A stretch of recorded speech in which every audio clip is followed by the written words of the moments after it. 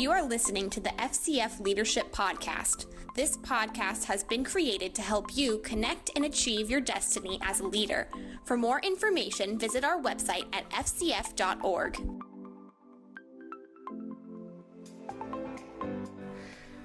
Welcome, everybody, to the FCF Podcast. I have an awesome guest here with me. Her name is Ryann Weaver.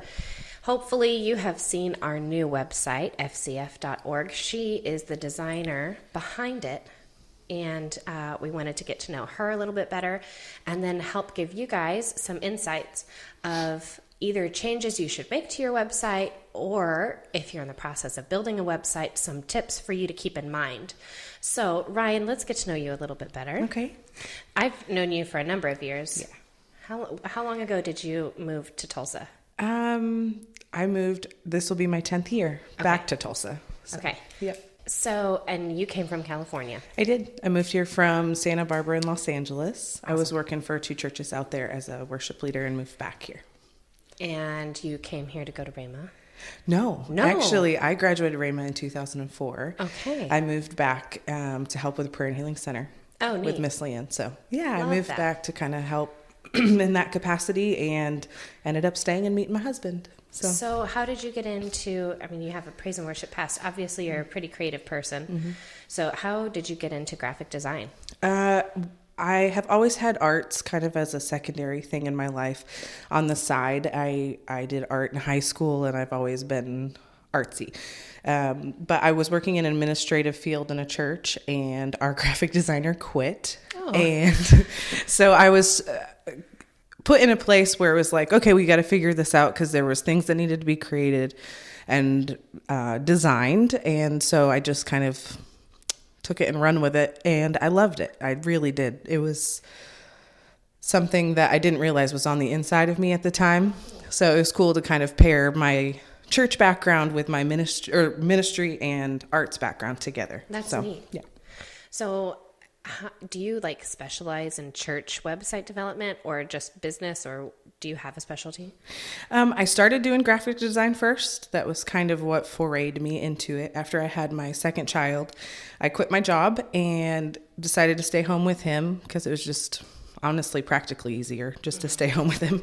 And I started doing graphic design stuff, not websites, but just flyers and business cards and different types of things like that for nonprofits and churches.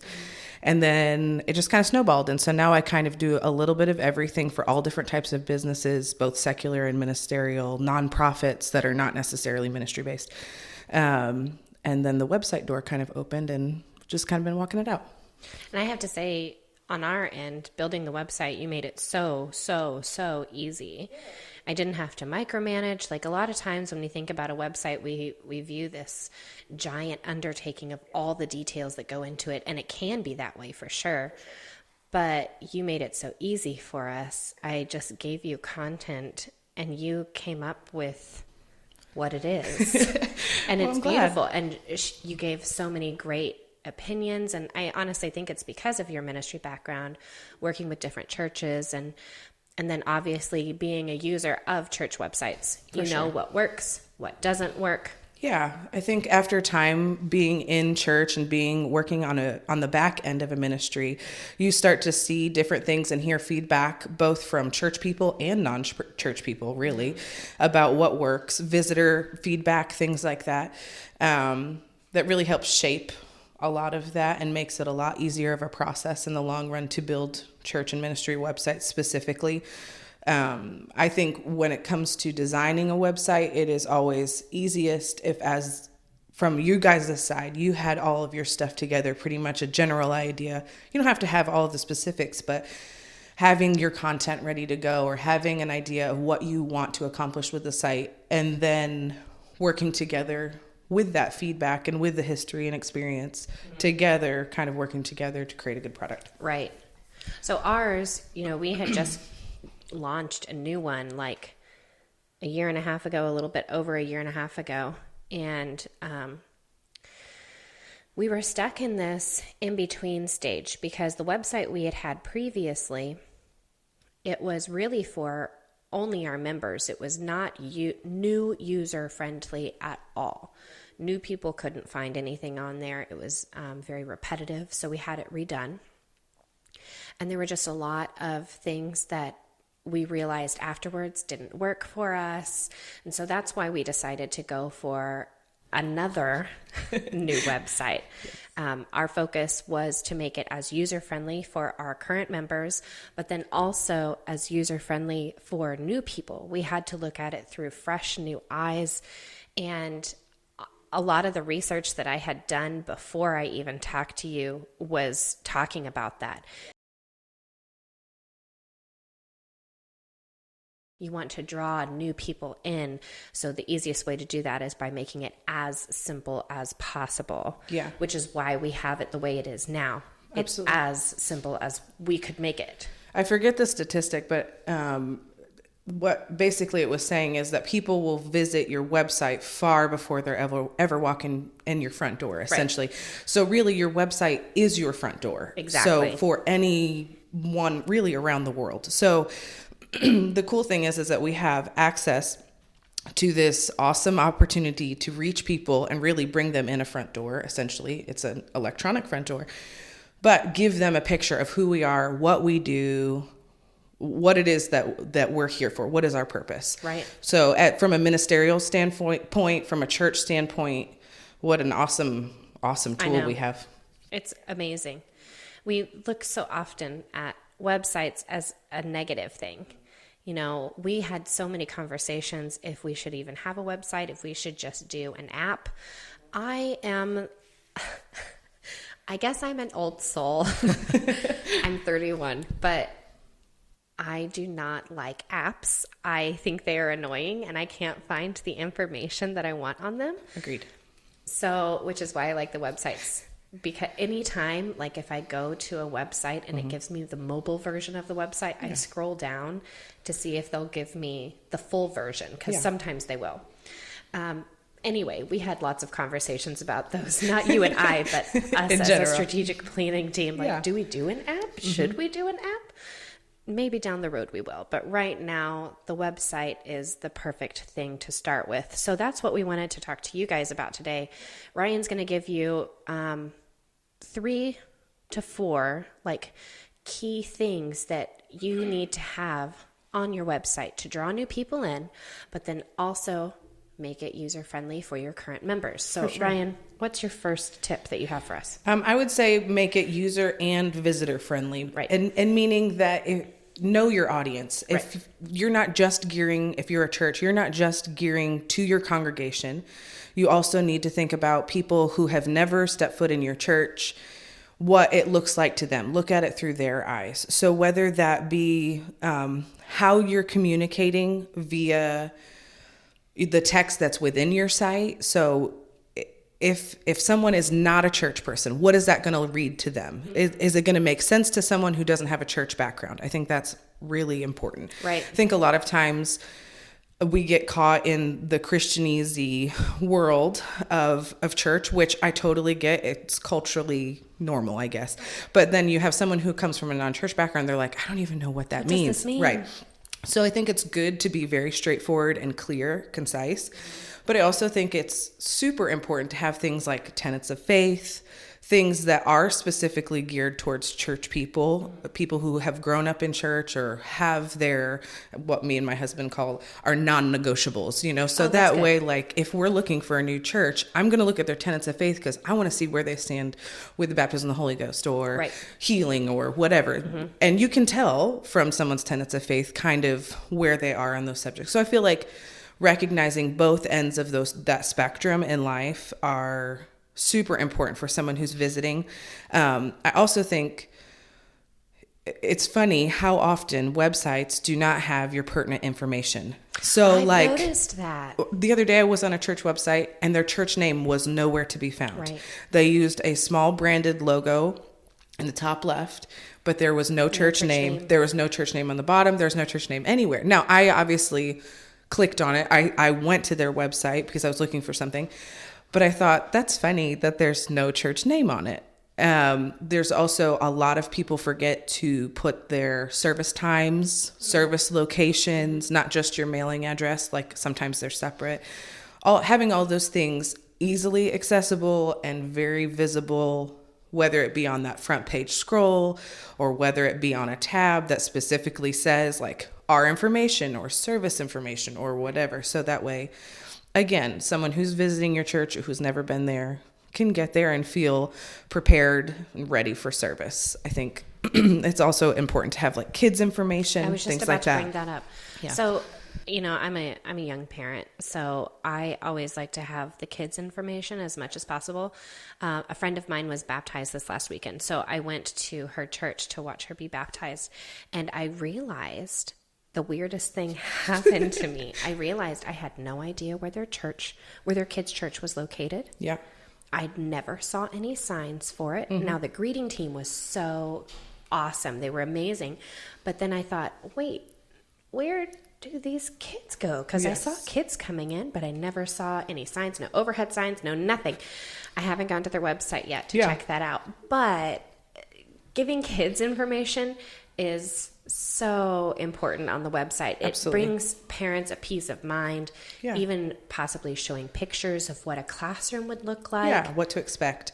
I think one of my favorite things that has kind of become a standard in a lot of church websites is the whole, are you new here, what you can expect kind of area. That's good. So it's like a plan your visit tab, essentially. Right. So it gives your service information, your service locations, your kids' schedule, what to expect for your kids or youth, if you have youth, like on a Sunday or Wednesday or whatever.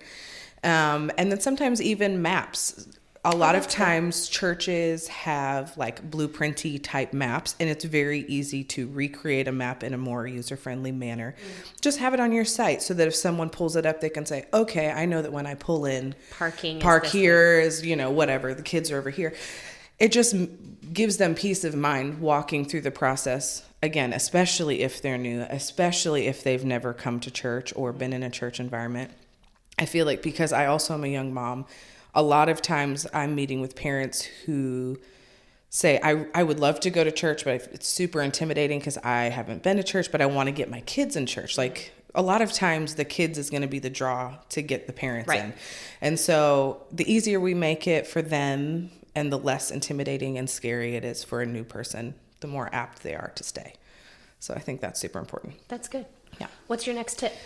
I think the next one, which is something that I think gets lost a lot, is communicates your vision and your mission. I know a lot of times we want to be all things to all men, which is good. But I think it's also super important to know what is the vision and the mission of your church. What are you here for? What did God ordain you to do and anoint you to do, and not to try to do everything, but do what God called you to do. Right. And I think it's important to concisely communicate that. Yeah. And I think that can be done a number of ways, whether it's done through your visuals, like pictures or other types of media, your service uploads or your sermons that are up there. But I think also just having a very concise vision statement that, again, someone who's saved or unsaved can say, okay, I totally know what that means. Right. It helps set them up and set you up that nobody's expectations are shattered. It's like, well, we know what you do. We know that you're a missions church, or we know that, like Church on the Move is, we exist to help introduce people to the real Jesus. It's very done. It's one sentence. It's done. It's conveyed on their website. It's conveyed in the lobby. It's consistent. And I think a lot of times we want to be fluid, and we want to just flow, which is also, it's great. I understand. But I think it's also to know what you are called to do. Who are you called to be to both the non-believer and the believer? My podcast that I just recorded was on finding your church why. That's awesome. Yeah. Because it's so important. It is. We go forward because God called these people to plant this church or start this ministry. Right. And sometimes we just hit the ground running with that without really diving into finding out why and who they are called to reach. For sure. And, not everybody is called to reach a young family. Right. That's cool. Yeah. find out who you're called to reach, and then adjust everything for that. For sure. I think with websites specifically, although you need to make it applicable to many different generations. Right. I mean, I completely understand that. I'm not saying to make it all young or hip Right. or whatever. But if you know that your base is all 60 plus or an older generation, don't do all of your design like Hillsong United. You know what I Right. mean? And Yes. then same vice versa. You know, if it is, then attempt to gear kind of that way. Now, there's ways to bring in other generations through design and other different, like for instance, paper applications versus a web form, or online registration versus, you know, like mailing it in. It's good to have both options because some people aren't comfortable. I feel like that's a way to kind of pair the generations, but I think it's important to know who your target market is, Yep. which I know is probably not super popular to talk about in the church world. That's what I just talked about too. I said, I know this is hard, but you have to think about it like a business. Yeah, it's like, who are you gearing towards? Who has God called you to reach? You know, there was a season of my life where I had a crazy mohawk that was blue in the front. I remember that. Yeah, and, you know, typically people who were drawn to me were not people who were 70-year-old dudes who, you know, whatever. It was like young people who felt kind of like on the outside of the church Right. wing. And they're like, thank you for singing with your crazy hair because I feel like I can do it, kind of thing. And again, it's not that I couldn't minister to the other Right. people, but it's kind of just knowing where God kind of placed you. So it's good being confident in that place. The last one that I think is one of the most important things is giving people a place to engage. Right. And that can be done a few different ways, whether that be engaging with your congregants or with your, you know, like the people who are ordained through you through media, like just like this, like podcasts and videos, or uploading your sermons, or tying your Vimeo account to your website, things like that, giving people a place in that capacity to engage. Making it easy and visible on how to give online. A lot of people do mobile giving. It'll make it a lot easier. A side note on that, a lot of people feel like, well, if I do the mobile giving, there's higher fees. And so we don't want to do mobile giving because it takes away from the whatever. And in my experience, when people open up additional opportunities or ways to give, it actually increases giving, because it gives people who, okay, if they didn't bring a checkbook or don't have cash, Right. they can pay online, give online, you know, and so that way you're not losing out on those things. And I think it's important to balance the cost, I should say, with the validity of giving people a way to give and I have be noticed a part of your vision. I have noticed on the donate part. Yeah. I mean, we have mobile giving at the church that I attend, and I've attended lots of other churches that have mobile. Again, the church that I visited this weekend, they do mobile giving as well. And the amount of envelopes that I see go in the bucket, it's like minuscule now. Yes. Where before it probably would have been packed, but now you may have, like, in a church of 100, you may have 10, Right. maybe 15 envelopes actually go in the buckets. Absolutely. And then the majority of people are sitting there on their phone giving online. Absolutely. And I think it's important to have access to easy donate, whatever, whether it be through an app or whatever Website functionality that you're using.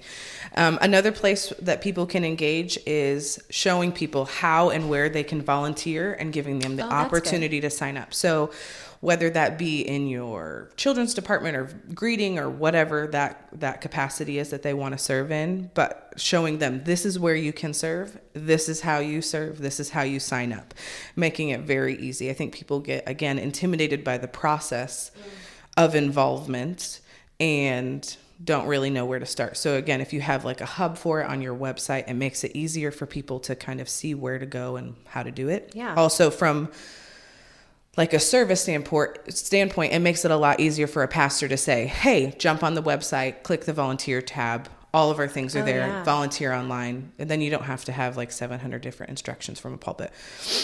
Also event signups, etc., things like that. So those are all different ways that people can engage, and it helps drive more traffic to your website, which is always great. The more things that you can kind of create a hub for, I think works in your favor. Again, I think we were talking about before about having it be the only hub. I don't know that that's necessarily realistic for all churches.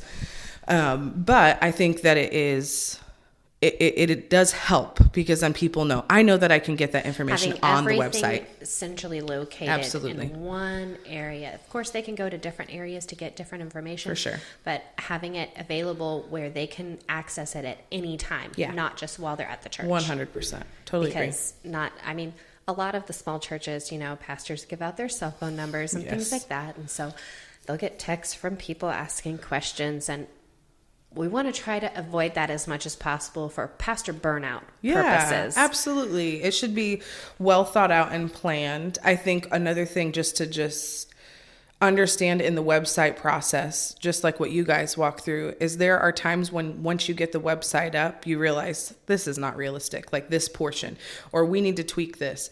Website should be a living organism. It should be ever changing. A website will never be, okay, well, we did the website and we're done, ever, under any circumstance, which I think is why it's important to pick a platform that someone on your staff can update. Don't pick something that you cannot update yourself. Like, if you don't have the funds to have someone on staff who is specifically relegated to web, edits and updates and updating your banners and putting up new events, use something else. There are many different platforms that you can use that are easy and that can keep your church up to date, so that way you don't have past due stuff on your website, because that doesn't look good either. That was one of the issues we actually had with the church that I attend. Their website was under construction for a certain amount of time. Well, on Maps, on iPhone with Maps, it pulls all their information off of websites. And so we actually had this guest that I encountered, because I'm on the greeting team. And she was like, oh, well, she showed up an hour late for service and was upset that she was an hour late for service and she didn't know. And, she was a little upset about some stuff. And so I was trying to talk her down a little bit. And she goes, but look, it says that you guys are closed today, and I just wanted to drive by to see if you were open. And I thought, why in the world does it say we're closed? And then I went to our website. And realize that it pulls the information from our website. So how many people are we missing because either our website is out of date or we don't have a website? Because so many people use Maps to find where they're going or get basic information. I use it for restaurants because it directly connects to Yelp. So I can read reviews if I want. There's so many different ways. I think another thing to remember in that whole process is Google basically, it scans your website for text that pulls keywords and all sorts of things, which is what SEO is essentially. But they also have Google business pages that you can set up for your church or your ministry or your business.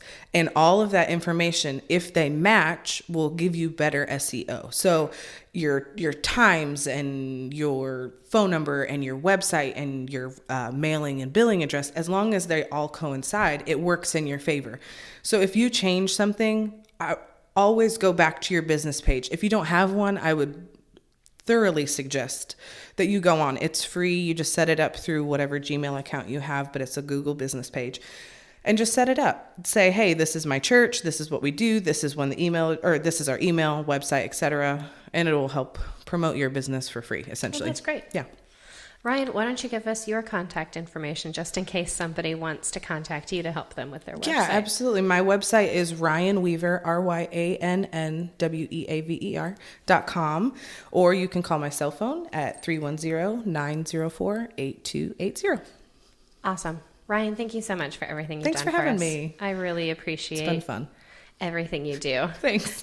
Calling and texting at all hours of the night and it's morning. It's okay. It's part of the process. It's totally part of the process. All right. So. Well, everybody, we hope that you got something out of this. If you need more information, you can contact Ryann on her website, or she gave you her cell phone number, so you could call her, or you can email me at whitney@fcf.org. Thanks, everybody. You have been listening to the FCF Leadership Podcast, where our focus is to help you achieve your destiny as a leader. Thank you for joining us today. For more information, visit our website at fcf.org.